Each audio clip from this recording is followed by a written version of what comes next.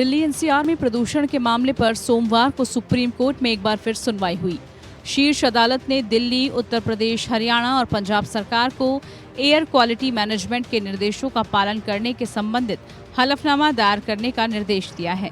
साथ ही कोर्ट ने कहा है कि अगर नियम नहीं माने गए हैं तो राज्यों को तत्काल उनका पालन करना होगा।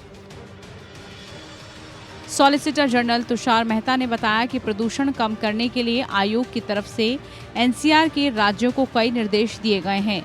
उन्होंने कहा कि कुछ निर्देशों का पालन हुआ है, लेकिन कुछ अन्य निर्देशों के अनुपालन को लेकर जानकारी नहीं थी। इस पर सीजीआई ने कहा, हम हर राज्य को जवाब देने के लिए कहेंगे कि उन्होंने कौन से निर्देश लागू किए। ऐसा नहीं होने पर हम एक स्वतंत्र टास्क फोर्स के गठन पर मजबूर हो जाएंगे। सुप्रीम कोर्ट ने दिल्ली, पंजाब, हरियाणा, उत्तर प्रदेश सरकार से प्रदूषण की रोकथाम के लिए उठाए गए कदमों और उनके अनुपालन की रिपोर्ट मांगी है। कोर्ट ने कहा कि आयोग द्वारा जो भी निर्देश दिए गए हैं उनका पालन हुआ है कि नहीं, इस पर विस्तृत रिपोर्ट पेश करे।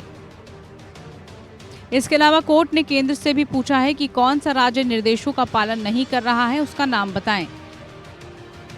दिल्ली एनसीआर प्रदूषण पर सुप्रीम कोर्ट में सुनवाई के दौरान याचिकाकर्ता के वकील विकास सिंह ने कहा कि आदेश के तहत दिल्ली में निर्माण कार्य बंद है, लेकिन इसके बावजूद सेंट्रल विस्टा का काम जारी है। इस पर सुप्रीम कोर्ट ने केंद्र को फटकार लगाते हुए कहा कि वो केंद्र से पूछेगा कि क्या सेंट्रल विस्टा का काम जारी रखने से दिल्ली में वायु प्रदूषण नहीं बढ़ रहा है।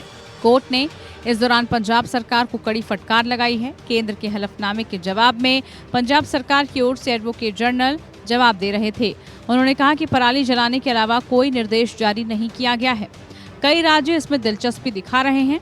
आप केंद्र को निर्देश दें कि हमारा सहयोग करे। इस पर सुप्रीम कोर्ट ने कहा कि हमें पोस्ट ऑफिस ना समझो, सीधे सीधे केंद्र के हलफनामे का जवाब दें। कोर्ट ने दिल्ली सरकार को भी निर्देश जारी किया है। कोर्ट ने कहा कि दिल्ली में पौधारोपण के लिए व्यापक कार्य योजना बनाने की जरूरत है। दिल्ली सरकार एक कार्य योजना तैयार कर हमें उसकी रिपोर्ट प्रस्तुत करे। इसके लिए कोर्ट ने सरकार को 12 सप्ताह का समय दिया है।